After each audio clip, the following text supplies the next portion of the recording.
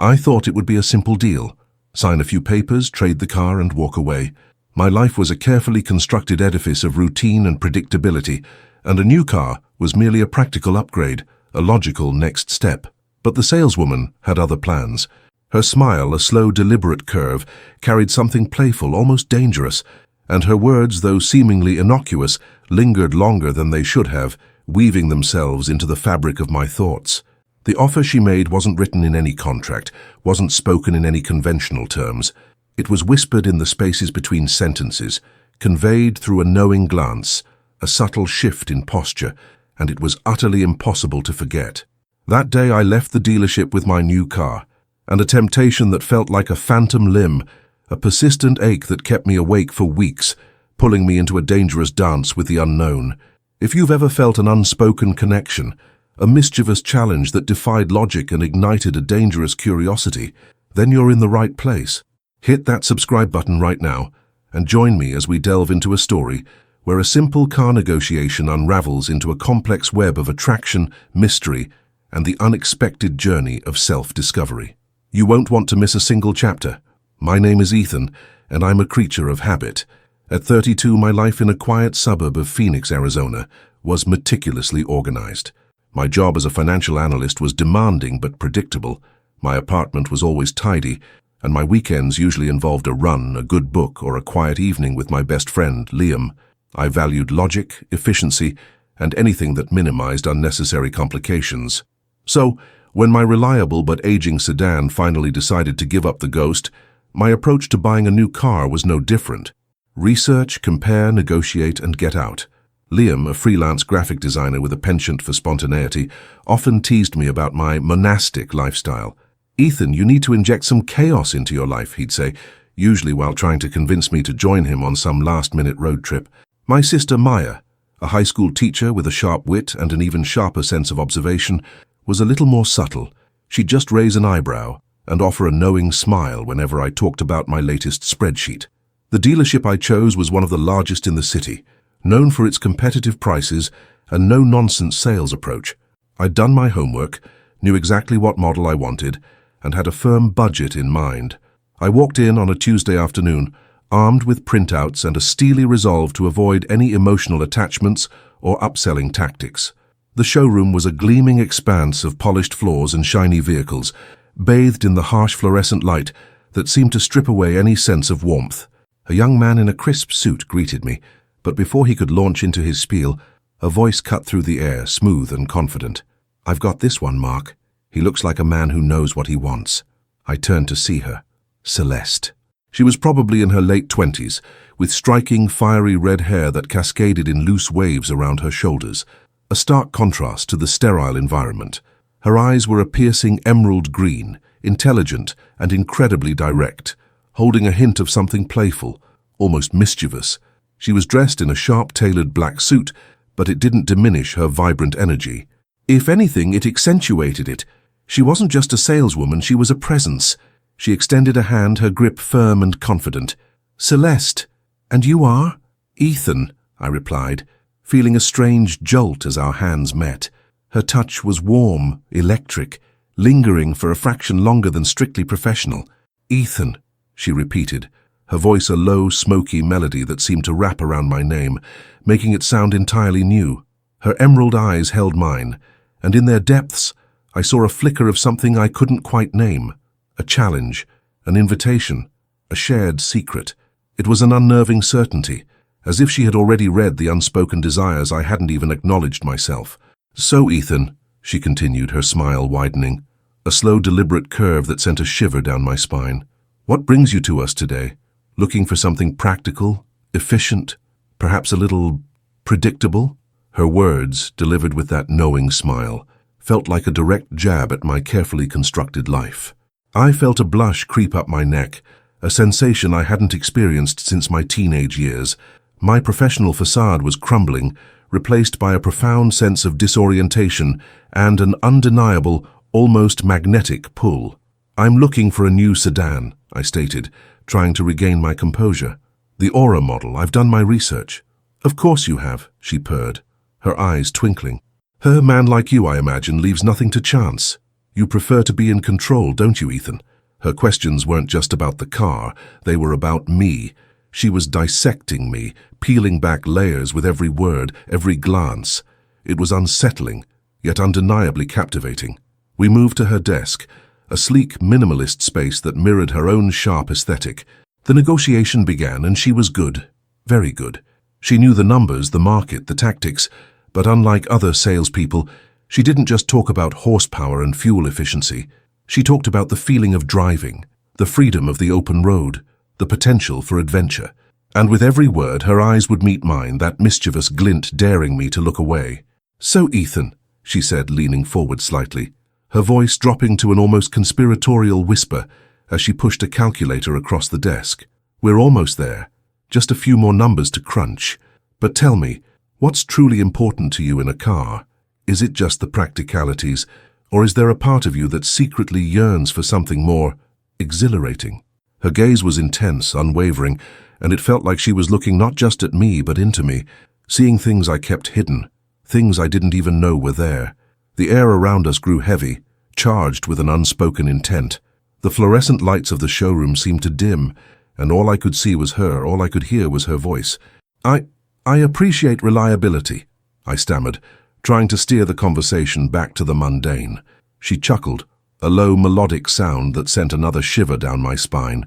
"Reliability is good, Ethan, essential even, but sometimes the most reliable things can also be the most predictable. Don't you think a man like you deserves a little unpredictability, a little spark?" She paused, her emerald eyes holding mine, a slow, knowing smile playing on her lips. "I have a feeling you're not just looking for a car, Ethan. You're looking for an experience. And I, Celeste, am very good at providing experiences." The words hung in the air, heavy with unspoken possibilities. It wasn't an explicit offer, not a proposition in any conventional sense. It was a suggestion, a hint, a dangerous invitation woven into the fabric of a car negotiation. It was a mischievous offer, subtle, yet incredibly potent, and it made my blood hum with a strange, unfamiliar excitement. If you're already captivated by Celeste's enigmatic charm and the unspoken offer, please hit that like button and subscribe to the channel. Your support helps us tell these complex human stories. I left the dealership that day with a new car, a sleek silver Aura sedan, and a mind buzzing with 1,000 questions. The drive home, usually a mundane commute, felt charged with a new energy. Every curve of the road, every glint of sunlight on the dashboard seemed to echo Celeste's words, her smile, her knowing gaze. I tried to rationalize it. She was a good saleswoman, charismatic, skilled at her job. She was just using clever psychological tactics to close the deal.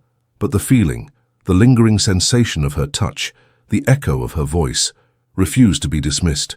It was a phantom limb, a persistent ache that kept me awake that night, staring at the ceiling, replaying every second of our interaction. The next day I met Liam for our usual Wednesday lunch. He took one look at my new car and whistled. "Nice ride, man. You finally upgraded. So, how was the battle? Did you get a good deal?" "Yeah, I think so," I replied, trying to sound casual. "It was interesting." "Interesting?" Liam prompted, raising an eyebrow. "What? Did the finance guy try to sell you a lifetime supply of air fresheners?" I hesitated, wondering how much to reveal. Liam was perceptive, and I knew he'd see right through any evasiveness. "No, it was the saleswoman, Celeste." I recounted the encounter, trying to articulate the unsettling feeling, the strange connection, the way she seemed to see right through me. Liam listened intently, his usual jovial expression slowly replaced by a thoughtful frown. "So she basically flirted with you the whole time," he clarified, a mischievous grin spreading across his face. "And you, Mr. Predictable, were completely thrown off your game." "It wasn't just flirting, Liam," I insisted, feeling a fresh wave of confusion. "It was more. It was like she was offering something else, something unspoken, something mischievous." Liam leaned back, taking a bite of his burger. "Well, Ethan, you've always been a late bloomer when it comes to reading signals, but if a beautiful saleswoman is making you mischievous offers, maybe it's time you took a hint. What's the worst that could happen?" His words, though playful, resonated with a dangerous truth. What was the worst that could happen? A part of me, the logical, cautious part, screamed to walk away, to forget the encounter, to return to the safe predictability of my life. But another part, a primal, insistent urge yearned for more. It yearned for the mystery, for the dangerous allure, for the intoxicating feeling of being truly seen. If you're intrigued by Liam's advice and Ethan's growing curiosity, please consider hitting the like button and subscribing to the channel. Your support helps us create more compelling stories. Over the next few days, Celeste became a constant presence in my thoughts. Her image, her voice, her knowing gaze. They haunted my waking hours and infiltrated my dreams. I found myself unconsciously driving past the dealership, a futile exercise, as I had no reason to go back. The city, once a familiar landscape, now felt like a maze, and I was constantly searching for a path back to that desk, to that conversation. My sister Maya noticed my distraction during our weekly Sunday dinner. She was usually good at calling me out, but this time she just observed quietly. "You seem a little distant, Ethan," she finally said, her sharp eyes scrutinizing my face. "New car jitters or something else?" I hesitated, wondering how much to reveal. Maya was perceptive, but also fiercely protective. "Just a strange experience at the dealership," I began, and found myself recounting the story of Celeste, much as I had to Liam. Maya listened patiently, her expression thoughtful. "Wow," she finally said, a slow smile spreading across her face. "Sounds like you met someone truly captivating, Ethan. Someone who actually challenged you." "Challenged me?" I repeated, confused. "Yeah," she nodded. "You're always so guarded, Ethan, so contained. It sounds like this woman, Celeste, she saw through all that. She saw the part of you that craves something beyond the spreadsheets and the predictable. That's rare, bro. And a little scary, I imagine." Her words resonated deeply. Scary was an understatement. It was terrifying, but also undeniably exhilarating. The idea that someone could see past my carefully constructed facade, past the logical decisions and predictable routines, was both unsettling and profoundly appealing. "So what are you going to do?" Maya asked, echoing Liam's question. "Are you going to try and find her again?" The question hung in the air, heavy with unspoken possibilities. A part of me, the logical, cautious part, screamed to walk away, to forget the encounter, to return to the safe predictability of my life. But another part, a primal, insistent urge, yearned for more. It yearned for the mystery, for the dangerous allure, for the intoxicating feeling of being truly seen. The city outside my apartment window hummed with its endless rhythm, a symphony of ambition and anonymity. But for the first time in a long time, I felt a tremor of anticipation, a dangerous curiosity that pulled me away from the familiar and towards the unknown. I knew with a chilling certainty that the path ahead was no longer just uncertain, but fraught with an intoxicating possibility that would alter the landscape of my life forever. The memory of Celeste's emerald eyes, her knowing smile, the way she made me feel without saying a word, it was a powerful, irresistible force, drawing me deeper into a mystery I was desperate to unravel. The temptation to see Celeste again became an insistent hum beneath the surface of my meticulously ordered life. It wasn't just about the car, or even the subtle flirtation.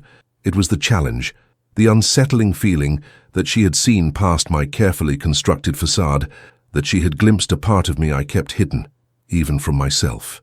My logical mind, the one that navigated complex financial data with precision, told me to forget it, to move on. But my instincts, awakened by her presence, screamed for more. I found myself inventing reasons to drive past the dealership, always at odd hours, hoping for a glimpse of her, a chance encounter. I'd check their website, looking for any promotions, any excuse to walk back into that showroom. It was a desperate, almost pathetic pursuit, but I couldn't help myself. The memory of her mischievous smile, her direct gaze, and that unspoken offer had taken root in my mind, blossoming into a full-blown obsession. Days turned into a week, then two. No accidental sightings, no legitimate reasons to return. The initial thrill began to wane, replaced by a dull ache of disappointment. Maybe Liam was right. Maybe she was just a very perceptive saleswoman who knew how to make an impression. Maybe I had overreacted, romanticized a simple sales pitch. Then one sweltering Thursday afternoon, as I was leaving my office, my phone buzzed with an unfamiliar number. I almost ignored it, but something compelled me to answer. "Ethan?" A low, smoky voice purred. My breath hitched. It was her. "Celeste." "Celeste," I managed, my voice a little rougher than usual. My heart hammered against my ribs, a frantic drumbeat of anticipation and nerves. "The one and only," she chuckled, a melodic sound that sent a shiver down my spine. "I hope I'm not disturbing you. I just wanted to follow up on your recent purchase. Make sure you're enjoying your new aura."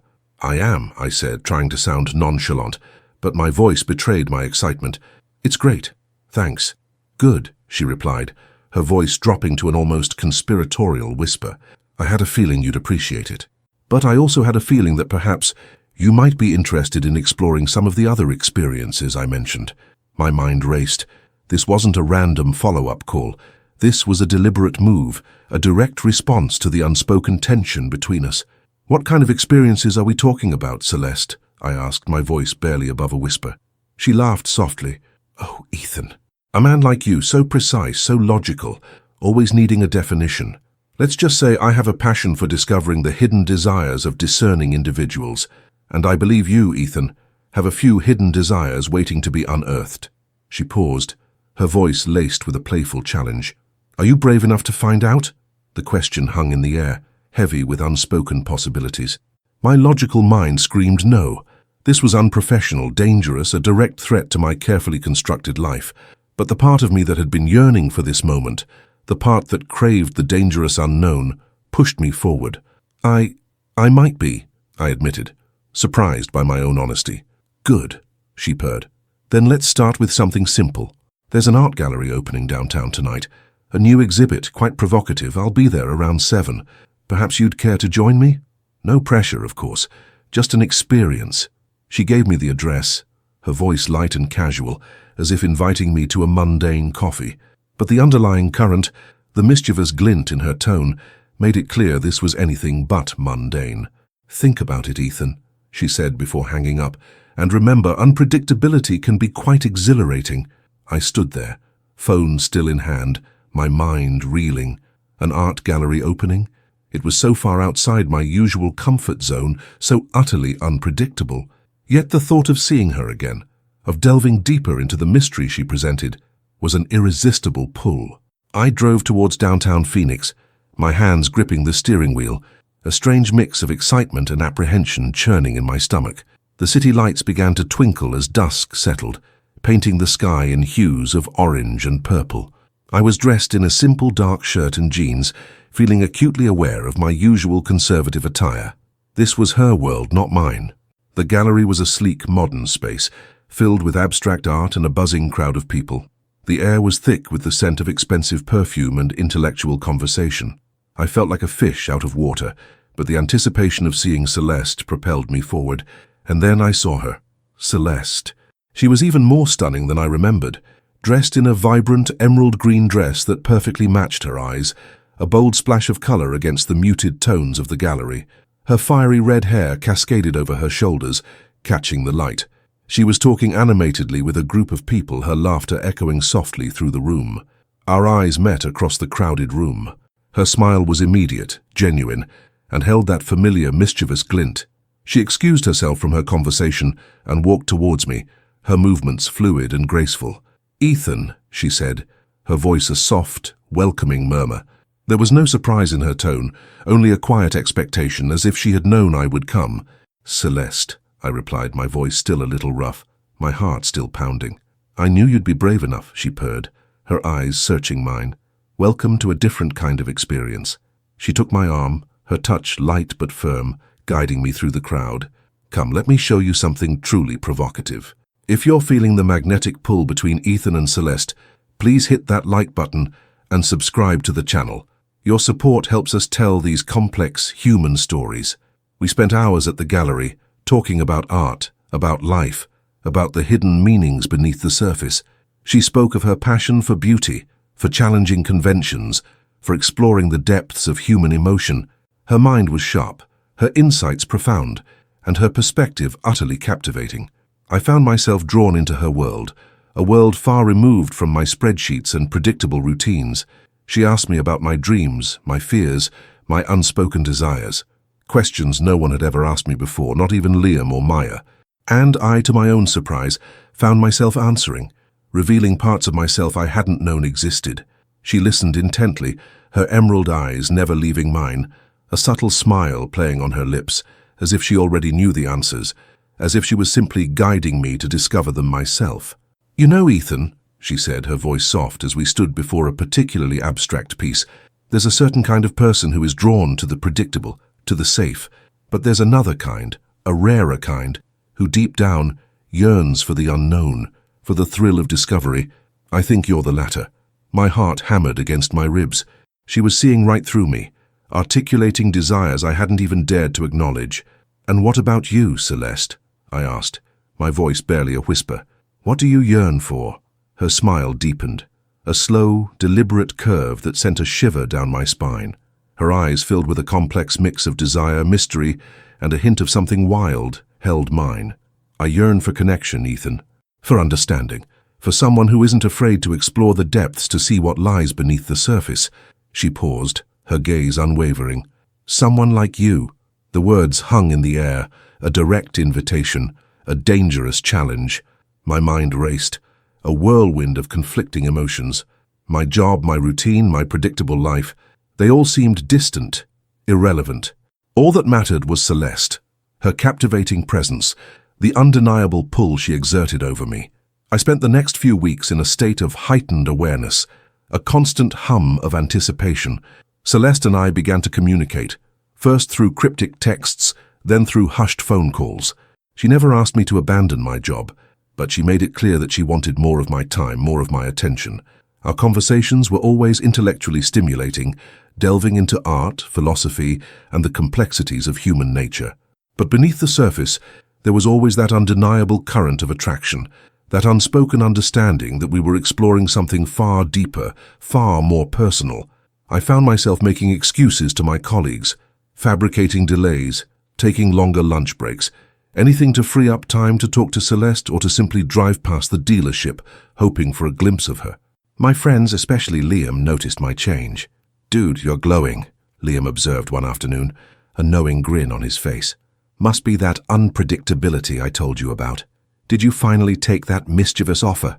I just smiled, a genuine, unforced smile that felt foreign on my face. "Something like that," I admitted, a thrill running through me. Maya, my sister, was also perceptive. "You sound different, Ethan," she said during our next video call.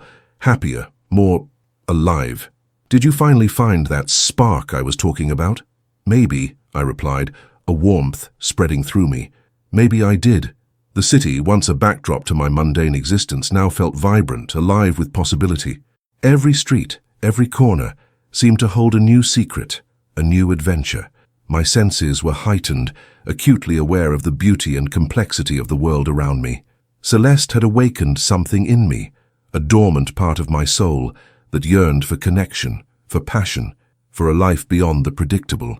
One evening, after a particularly intense phone call with Celeste, she invited me to her apartment. "I have something I want to show you, Ethan," she said, her voice a low, seductive whisper.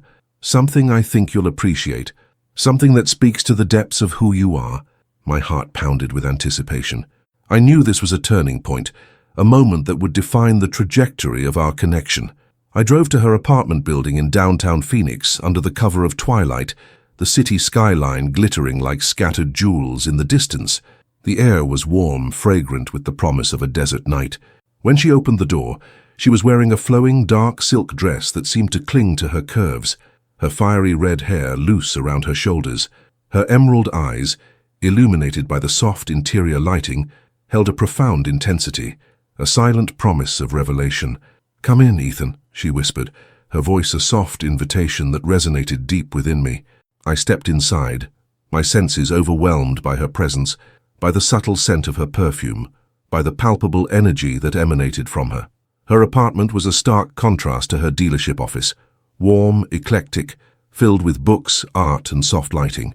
It felt intimate, personal, a true reflection of her vibrant personality.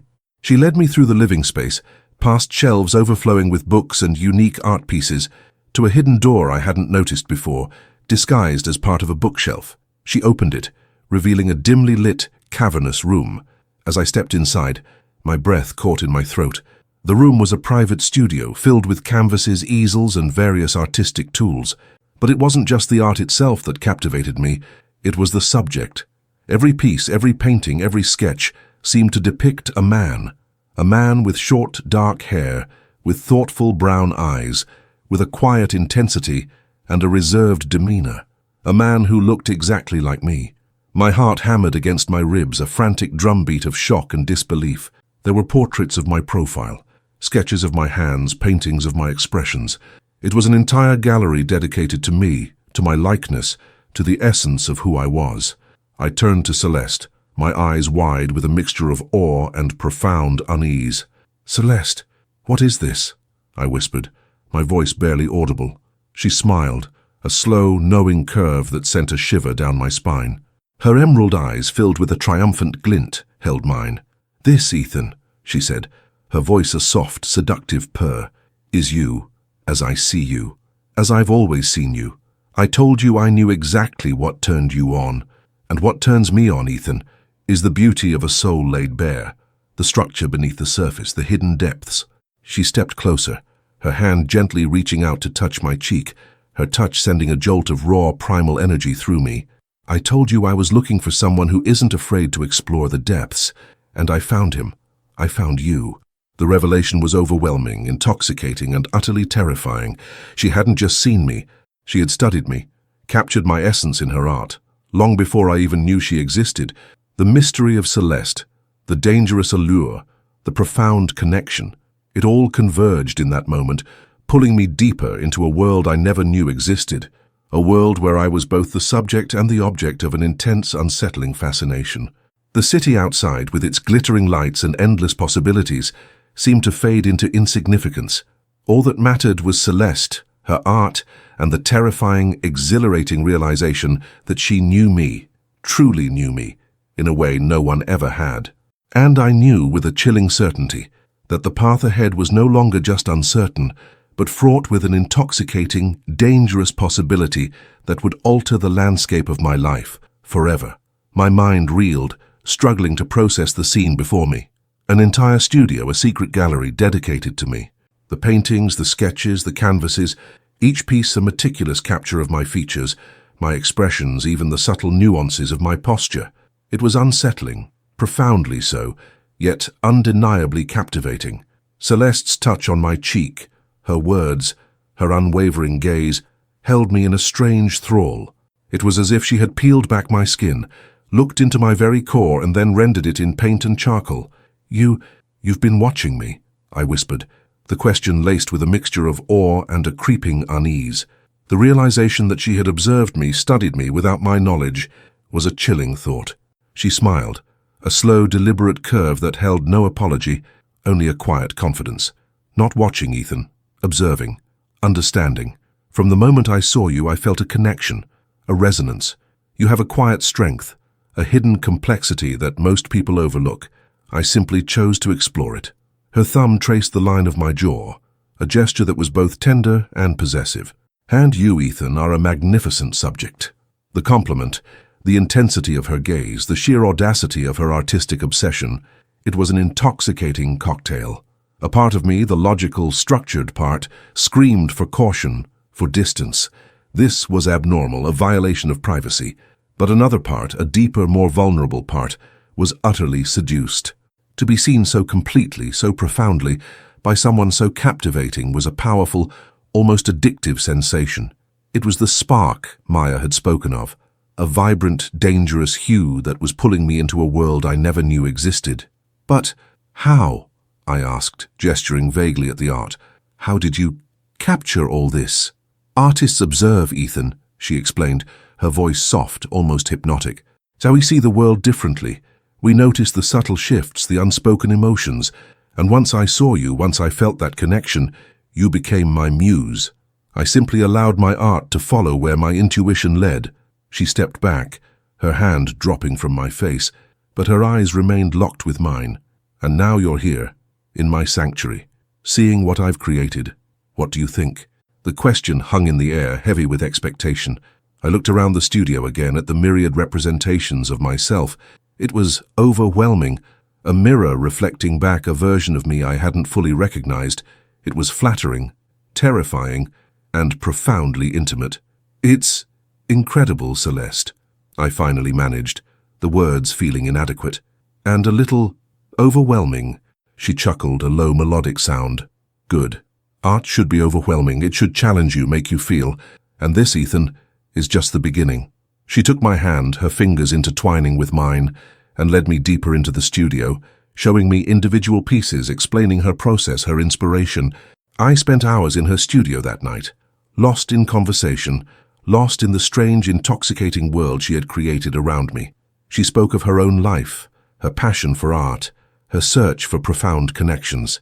She was a woman of immense depth, of fierce intelligence and an almost unnerving intuition. By the time I left her apartment, the Phoenix night sky was beginning to lighten with the first hints of dawn. My head was spinning, my heart a chaotic mix of exhilaration and a subtle, persistent unease. If you're as fascinated and unsettled by Celeste's artistic obsession as Ethan is, please hit that like button and subscribe to the channel. Your support helps us tell these complex human stories. The weeks that followed were a blur of intense clandestine meetings with Celeste. My life as a financial analyst became a mere facade, a necessary cover for my true preoccupation.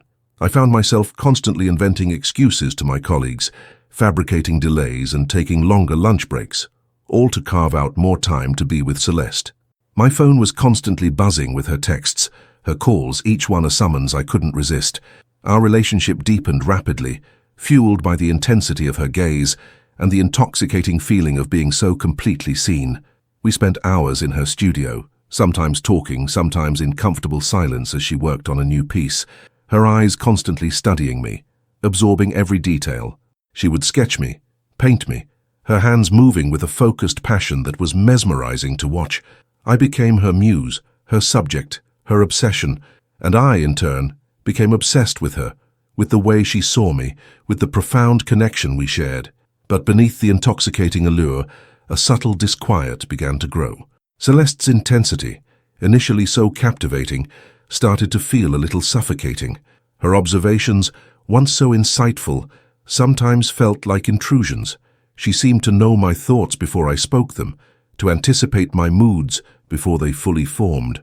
It was as if she had an almost supernatural understanding of me, which, while flattering, also felt deeply unsettling. My other relationships began to suffer. Liam, my best friend, noticed my increasing withdrawal. "Dude, where have you been?" he asked one afternoon, catching me in the break room at work. "You're always ditching our plans, always on your phone. Is everything okay with Celeste?" He said her name with a knowing smirk, but his eyes held a hint of concern. "Yeah, everything's great," I lied, forcing a casual tone. "Just busy. She's really inspiring, you know."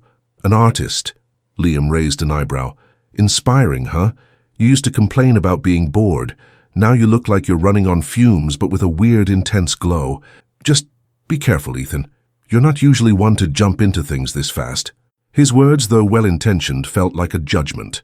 I brushed them off, convinced he just didn't understand the depth of what Celeste and I shared. Maya, my sister, was even more direct during our next video call. "Ethan, you look exhausted," she said, her voice laced with worry. "And you're talking about Celeste constantly. It's like she's consumed you. Are you sure this is healthy?" "She just understands me, Maya," I defended, a hint of irritation in my voice. "She sees me in a way no one else ever has." "Seeing you is one thing, Ethan," Maya countered, her expression serious. "But is she seeing you, or is she seeing a version of you that fits her art? There's a difference, and you're losing yourself in it." Her words struck a nerve. Was I losing myself? Or was I finally finding myself through Celeste's eyes? The question lingered, a subtle poison in the intoxicating sweetness of our connection. If you're concerned about Ethan's growing isolation and Celeste's increasing influence, please consider hitting the like button and subscribing to the channel. Your support helps us create more compelling stories. The turning point came subtly, almost imperceptibly at first. Celeste began to express a desire for me to spend more time at her apartment, to essentially move in. She framed it as a natural progression, a way for us to deepen our connection, for her to have constant access to her muse. "Think of it, Ethan," she purred one evening, her fingers tracing patterns on my arm as we lay on her plush sofa. "No more rushing, no more sneaking around, just us and our shared passion. You could work from here, I could create. It would be perfect." The idea was tempting, undeniably so, to be fully immersed in her world, to shed the mundane responsibilities of my old life. But a cold knot of apprehension formed in my stomach. It felt less like an invitation and more like a subtle demand, a tightening of the invisible chains that were slowly binding me to her. I hesitated. I don't know, Celeste. My job, my apartment, it's a big step. Her smile, usually so warm, tightened almost imperceptibly. Her emerald eyes, usually so understanding, held a flicker of something I hadn't seen before, a hint of impatience, a subtle possessiveness. Is it, Ethan? Or are you just afraid to fully embrace what we have, to truly let go of the predictable life you claim to despise? Her words were a challenge, a subtle manipulation that played on my insecurities. I felt trapped, caught between the intoxicating allure of her world and the nagging voice of my own dwindling autonomy. One afternoon, while Celeste was engrossed in a new painting in her studio, I wandered into her living room. My phone buzzed with a text from my boss, Mr. Sterling, a stern reminder about a missed deadline. I sighed, feeling the weight of my neglected responsibilities. As I put my phone down, my gaze fell upon a small antique wooden box on a side table. It was slightly ajar, and a glint of paper caught my eye. Curiosity, a dangerous companion, got the better of me. I knew I shouldn't, but I felt an irresistible urge to look inside. I carefully opened the box. Inside, nestled on a bed of faded velvet, were several small, intricately folded pieces of paper. Each one was a miniature drawing of a man, and each one, with chilling precision, bore a striking resemblance to me. But these weren't just random figures. They were clearly representations of different stages of a man's life, different expressions, different moods, and beneath each drawing a small handwritten label. My blood ran cold as I read the labels. The analyst, the observer, the captivated, the bound. And then at the very bottom of the box, beneath the drawings, was a small leather-bound journal. My hands trembled as I picked it up. It wasn't a typical journal. It was filled with meticulous notes, sketches, and observations. And the subject of these observations, the focus of every entry, was me. It wasn't just about my physical appearance or my artistic essence. It was about my habits, my routines, my conversations with Liam, my calls with Maya. There were detailed analyses of my personality, my vulnerabilities, my desires. It was a comprehensive, almost scientific study of my life, my mind, my very being.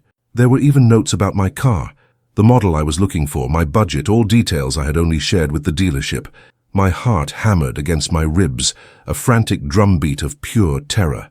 This wasn't just artistic inspiration. This was surveillance. This was an obsession that transcended art, delving into something far darker, far more controlling. She hadn't just seen me. She had stalked me, meticulously documented my life long before our first chance encounter at the dealership. The mischievous offer, the knowing look, it was all a carefully constructed facade. The realization hit me with the force of a physical blow. I wasn't her muse, I was her project. I wasn't her connection, I was her subject. The intoxicating feeling of being seen, of being understood, twisted into a horrifying realization of being utterly exposed, utterly controlled. I heard footsteps approaching from the studio. Celeste. My blood ran cold. I quickly, clumsily, closed the journal and placed it back in the box, trying to make it look undisturbed. I snapped the box shut, my hands shaking uncontrollably.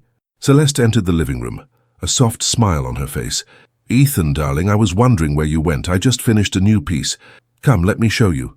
Her emerald eyes, usually so captivating, now seemed to hold a predatory glint, a chilling awareness. I forced a smile, my heart pounding so hard I thought it would burst through my chest. The warm, eclectic interior of her apartment, once a sanctuary, now felt like a gilded cage. The city outside, with its glittering lights and endless possibilities, seemed impossibly far away, and I knew, with a chilling certainty, that the path ahead was no longer just uncertain, but fraught with a dangerous, suffocating trap that would alter the landscape of my life forever. The intoxicating allure had turned into a terrifying reality, and I was caught, utterly and completely, in the intricate web of Celeste's obsession. My blood ran cold, but I forced myself to breathe, to maintain the facade. Celeste's smile was disarmingly sweet, yet her eyes, those captivating emerald eyes, seemed to pierce right through my forced composure, as if she knew exactly what I had just discovered. The small, antique wooden box on the side table, now closed, felt like a ticking time bomb. "Oh, really?" I managed, my voice sounding unnaturally bright even to my own ears. "A new piece. I'd love to see it." She took my hand, her touch, once so exhilarating, now sending a shiver of dread through me. Her fingers intertwined with mine, a possessive grip that felt less like affection and more like a tether. She led me back into the studio, her movements graceful, her presence overwhelming. The new painting was a large canvas, still wet with oils, depicting a man in a state of profound contemplation, almost resignation. It was undeniably me, but with an expression I didn't recognize, a look of profound vulnerability, almost fear, etched into the brushstrokes. It was unsettling, a chillingly accurate depiction of my current internal state. "It's striking, Celeste," I said, trying to keep my voice steady. My gaze flickered from the painting to her face, searching for any hint of malice, any crack in her composed exterior. She beamed, a genuine smile that momentarily softened her features. It captures a new depth, don't you think? The moment of realization, the surrender. Her eyes met mine, and in their depths I saw a triumphant glint, a confirmation of my worst fears. She knew. She knew I had seen the journal, the drawings. She had been waiting for me to discover it. The air in the studio, once filled with the scent of paint and creativity, now felt heavy, suffocating. I was no longer a muse, I was a specimen, meticulously studied, analyzed, and now trapped. The intoxicating allure had completely evaporated, replaced by a cold, hard knot of terror. "Ethan," she said, her voice dropping to a low, intimate whisper, "I've been thinking. It's time for you to move in. Permanently." My heart hammered against my ribs. This wasn't a suggestion, it was a command. "Celeste, I can't," I stammered, trying to pull my hand away, but her grip tightened. "My job, my apartment, I have responsibilities." Her smile vanished, replaced by a look of chilling determination. "Your job is a distraction, Ethan. Your apartment, a lonely box. Your true responsibility is here, with me, with your art, with your purpose." Her eyes narrowed, a subtle threat in their emerald depths. "Don't you understand? We are meant to be together. You are my greatest creation, and I am your destiny." The words, once so seductive, now sounded like a sentence. I felt a surge of adrenaline, a desperate need to escape. This wasn't love. It was obsession. This wasn't connection. It was control. "I need to go, Celeste," I said, my voice firmer now, fueled by a growing panic. I finally managed to pull my hand free. "I have things to do." She stepped in front of the studio door, blocking my path. Her expression was calm, almost serene, but her eyes held a dangerous glint. "You're not going anywhere, Ethan. Not yet. We have so much more to explore, so much more to create." My mind raced, desperately searching for an exit, a way out of this gilded cage. The apartment, with its eclectic charm and artistic flair, suddenly felt like a fortress designed to keep me in. The city outside, with its endless traffic and anonymity, seemed like a distant, unattainable dream. If you're feeling Ethan's rising panic and the chilling grip of Celeste's obsession, please hit that like button and subscribe to the channel. Your support helps us tell these complex human stories. I spent the next few hours in a terrifying dance of manipulation and evasion. Celeste never explicitly threatened me, but her words, her gaze, her subtle gestures made it clear that leaving would not be easy. She spoke of our future, of the masterpieces we would create together, of the profound understanding we shared. Every compliment felt like a tightening of the noose, every gentle touch a binding chain. I tried to text Liam to Maya, but Celeste was always subtly present, always watching.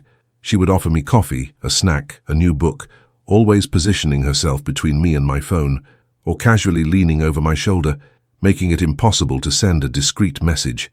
The apartment, once so open and inviting, now felt claustrophobic, every shadow a potential hiding place for her watchful eyes.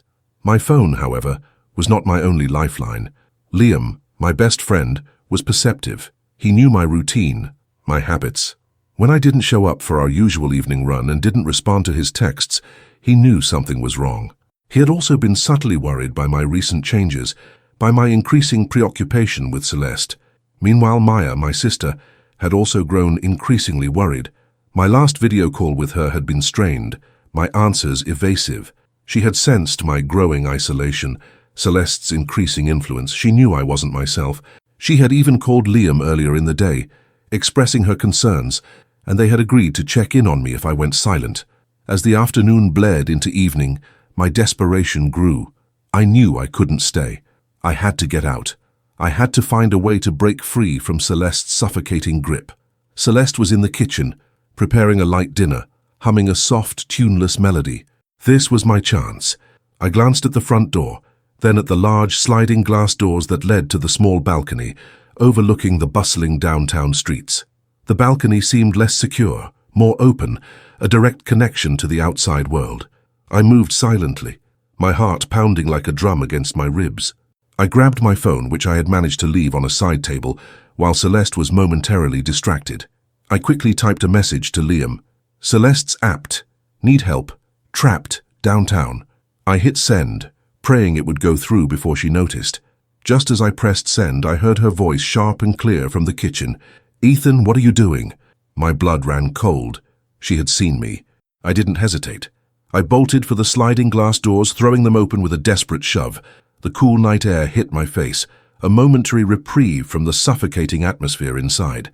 I scrambled out onto the small balcony, not looking back, my legs pumping, adrenaline coursing through my veins. "Ethan, come back!" Celeste's voice, no longer soft and seductive, but sharp and commanding, echoed behind me. I didn't stop. I looked down from the balcony. It was several stories up, too high to jump. But there was a fire escape ladder just a few feet away, extending down the side of the building. It was rusty, old, but it was my only way out. I swung myself over the railing, my hands gripping the cold metal of the fire escape. I heard her footsteps on the balcony, then her frantic shouts. I didn't look up. I descended quickly, my hands burning, my muscles screaming. But the fear of staying was far greater than the pain of escape. Just as my feet touched the ground in the alley below, a car screeched to a halt at the alley entrance. Headlights illuminated the scene, blinding me for a moment. It was Liam's beat-up SUV. He had come. "Ethan, get in!" Liam yelled, his voice urgent. I scrambled into the passenger seat, slamming the door shut. Liam floored the accelerator, and the car sped away, leaving Celeste standing on her balcony, her silhouette shrinking in the rearview mirror, her screams fading into the city noise. If you're relieved by Ethan's daring escape and the timely intervention of his friend, please consider hitting the like button and subscribing to the channel. Your support helps us create more compelling stories. The drive away from Celeste's apartment was a blur of adrenaline and relief. Liam, his face grim, didn't ask questions, just drove, his eyes occasionally flicking to me, concern etched on his features. My body trembled, my heart still pounding. The image of Celeste's furious face burned into my mind. We drove straight to my apartment. Maya was already there, having flown in from out of state after Liam called her, explaining his fears. She rushed to me, pulling me into a tight hug, her eyes filled with tears. "Ethan, oh my God, are you okay?" she cried, her voice trembling. I clung to her, the familiar comfort of her embrace, a powerful antidote to the terror I had just experienced. "I'm okay, Maya," I whispered, my voice hoarse. "I'm okay now." Over the next few days, with the unwavering support of Liam and Maya, I began to process the trauma. I recounted everything: the studio, the journal, the chilling realization of Celeste's obsession. They listened patiently, their anger and concern palpable. Liam, ever practical, helped me file a police report, detailing Celeste's stalking and my forced confinement. The police took it seriously, given the evidence of her extensive artistic documentation of my life and the fact that she was a public-facing saleswoman. Maya, with her keen eye for detail, helped me gather any remaining evidence from my phone and apartment that might corroborate my story. The legal process was slow and emotionally draining, but eventually a restraining order was issued against Celeste. I never saw her again, but the memory of her emerald eyes, her knowing smile, and the chilling depth of her obsession remained a haunting presence in my mind. I quit my job as a financial analyst. The thought of returning to the same routines, the same city, was unbearable. I needed a complete break, a chance to rebuild my life, to reclaim my sense of self. With Maya's encouragement, I decided to pursue a long-dormant interest in urban planning. I enrolled in a master's program in a different state, determined to get back on track.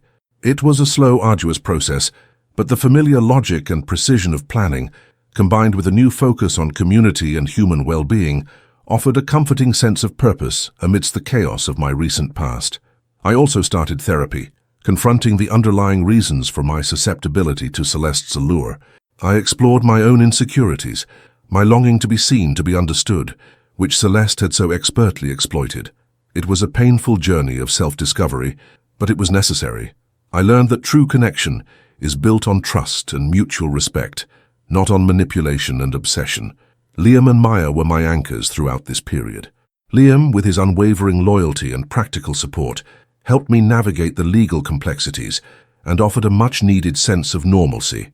Maya, with her empathetic understanding and fierce protection, helped me heal emotionally, reminding me of my own strength and resilience. Their friendship, their love became the true foundation of my recovery. Years passed.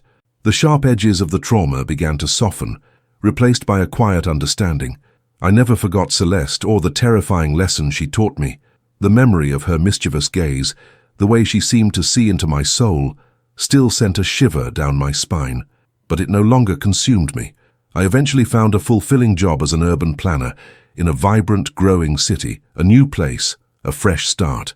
I built a new life, cautiously forming new friendships, learning to trust again, but with a newfound wisdom and a healthy skepticism. I learned that true strength lies not in avoiding the unknown, but in facing it with integrity, and in recognizing the difference between genuine connection and dangerous obsession. One crisp morning, I stood on a rooftop garden overlooking a city park I had helped design. The sun was rising, painting the sky in hues of orange and gold. The air was cool, carrying the scent of fresh greenery and possibility. I felt a quiet sense of purpose, a renewed appreciation for the well-structured communities I helped create, and for the even more solid foundations I had rebuilt within myself. The car negotiation that day, the saleswoman who made me a mischievous offer, had indeed altered the landscape of my life forever. It had been a terrifying journey into the depths of obsession, a dangerous dance with a captivating, manipulative force, but I had emerged, scarred but stronger, with a profound understanding of the true price of giving in to such an allure and the invaluable worth of genuine human connection.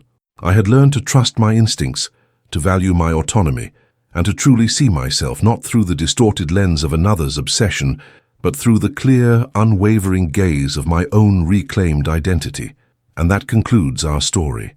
If you were on the edge of your seat with Ethan's terrifying encounter and his journey to reclaim his life, please give this video a big thumbs up and subscribe to the channel for more compelling and realistic stories like this one. Your support means the world and helps us create more content you'll love. Thank you for watching.